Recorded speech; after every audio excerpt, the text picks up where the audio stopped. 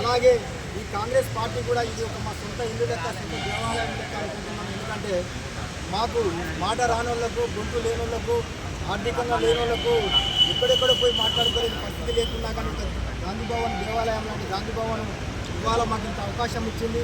భవిష్యత్తులో ఇంకా 20 ఏళ్ళు కూడా కాంగ్రెస్ పార్టీ అధికారంలో రావడం కొరకు ఏకలవ్యుల ఊరికొక్కలున్నా కానీ మా యొక్క దృఢమైన పట్టుదల సంకల్పము కాంగ్రెస్ పార్టీకి పెద్దలకు కూడా మేము అందజేస్తాం. తెలియజేస్తున్నాం. రాయపురం సంఘ వరంగల్ జిల్లా.